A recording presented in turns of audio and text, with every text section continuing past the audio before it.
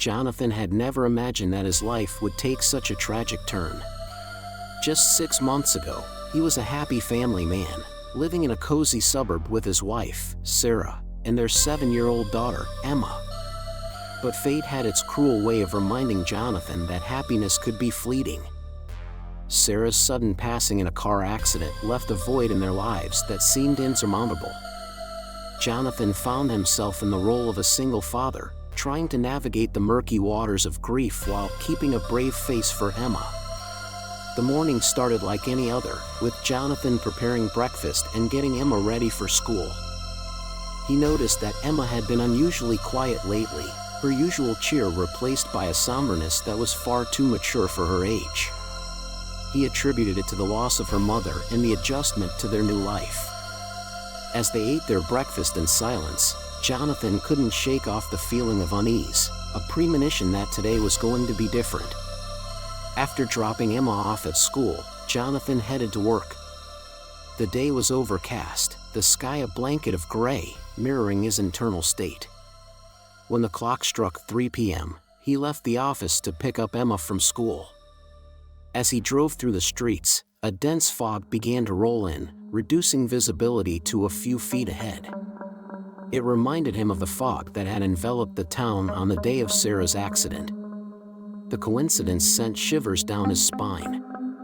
Upon arriving at the school, Jonathan was taken aback by the eerie silence that greeted him. The schoolyard, usually bustling with children's laughter and chatter, was deserted.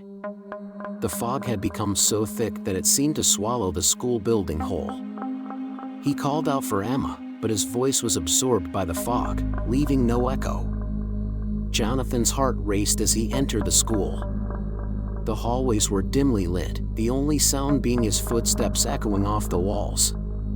He called out for Emma again, his voice laced with desperation. As he ventured deeper into the school, he began to notice peculiar drawings on the walls, distorted faces of children, their eyes hollow, mouths twisted in silent screams.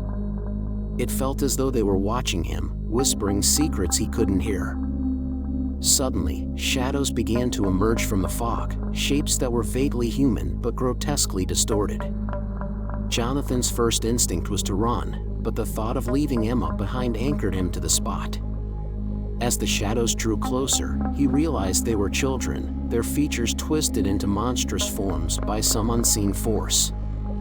Among them, he spotted Emma, her face contorted in fear. Jonathan reached out to her, but as he did, the world around him began to warp. The school seemed to crumble, its walls dissolving into the fog. The children, including Emma, turned into ethereal figures, their bodies disintegrating into mist. Jonathan's heart ached as he watched Emma's figure fade away, her laughter echoing in the void that was left behind. He found himself standing alone in a dilapidated classroom, surrounded by remnants of a life that once was. On the chalkboard, written in large, childish letters, were the words, "We're all here, Daddy. But you can't see us." From within the confines of the fog, Emma watched her father with eyes wide with both fear and wonder. To her, the school had transformed into a realm of shadows and whispers, where the lines between the real and the unreal blurred.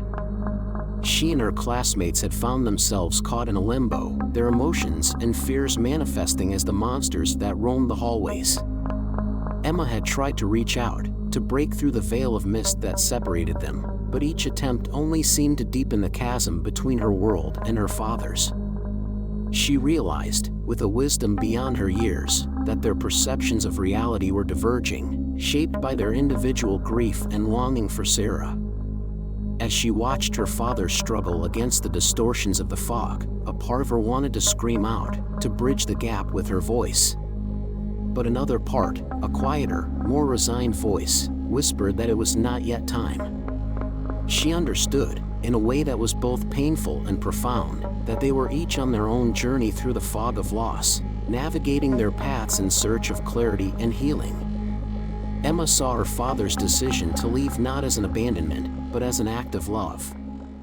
He was sparing them both the agony of reaching for each other through a barrier that could not yet be breached. In his heart, he knew that to truly find Emma, he must first find his way through his own fog of grief, to a place where the memories of Sarah could be held with joy rather than despair. As the fog lifted and the school returned to its normal state, Emma and her classmates found themselves slowly emerging from their own shadows. They watched as Jonathan walked away from the school, his figure receding into the distance, but his presence lingering in the air like a promise. Emma whispered, "Goodbye, Daddy," knowing it was not a farewell but a temporary parting. She believed that one day, the fog would clear completely, and they would find each other again, not as echoes in a misty realm, but as father and daughter, united in their love and memories of Sarah. As Jonathan staggered out of the school, the fog began to lift, revealing the school as it was before, intact and teeming with life. He watched his parents reunited with their children, their laughter piercing his heart.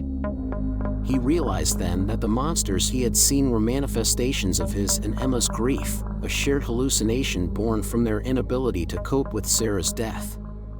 In the days that followed, Emma carried the experience within her like a secret, a profound encounter that had shown her the depth of her father's love and the resilience of the human spirit.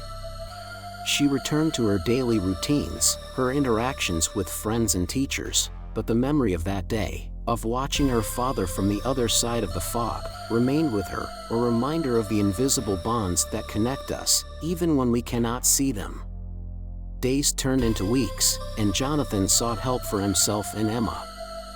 They began to attend grief counseling, slowly learning to accept their loss and embrace the memories of Sarah without letting them overshadow their present.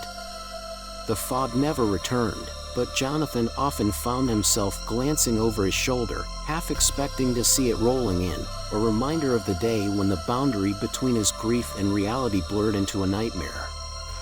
Thank you for listening. And don't forget to post in the comments, "Love you." See you all again.